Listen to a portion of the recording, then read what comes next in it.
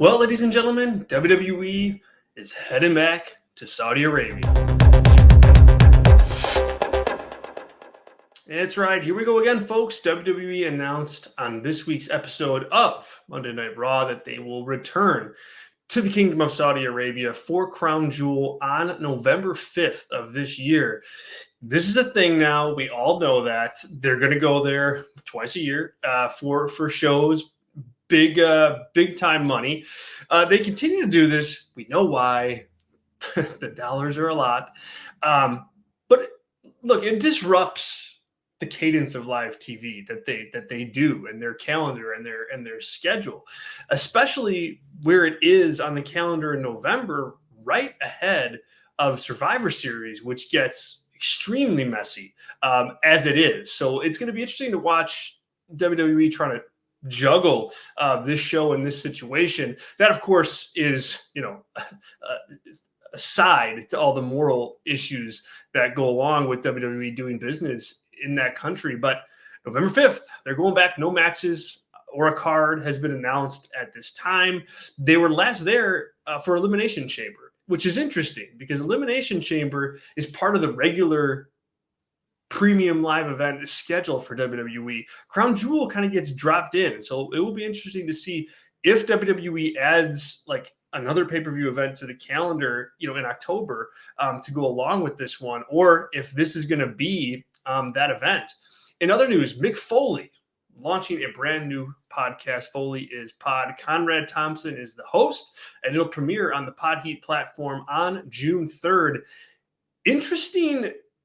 An interesting guy to have do a podcast for a lot of reasons. One, he brings a wealth of knowledge to the product and a lot of experiences.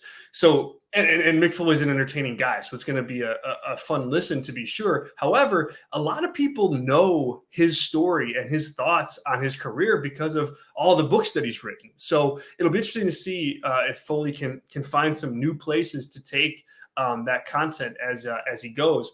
Also, Hell in a Cell saw some significant changes yesterday coming out of Monday Night Raw. Becky Lynch added into the Raw Women's Championship match. It is now a triple threat match on the show. Bianca Belair defending her Raw Women's Championship against Asuka and Lynch. 50-50 booking, anybody?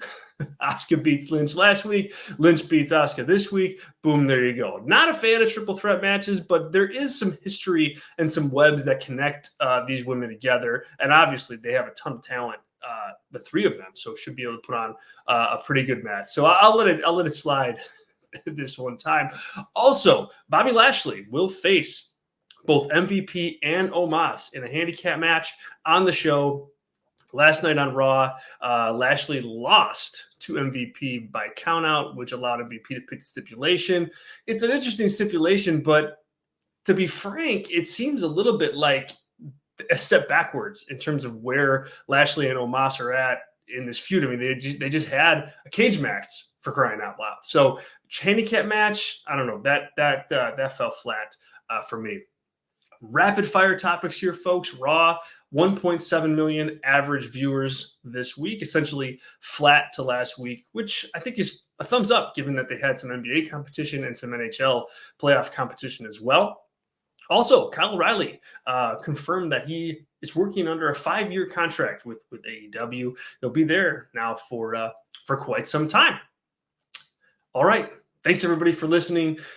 Do me a favor. It's a sad day today, a really sad day, given what happened out in Texas. So, geez, hold your loved ones close. I know that's exactly what I'm going to do tonight as well. I'm Zack Heydorn, PWTorch Assistant Editor, and we'll catch you guys next time.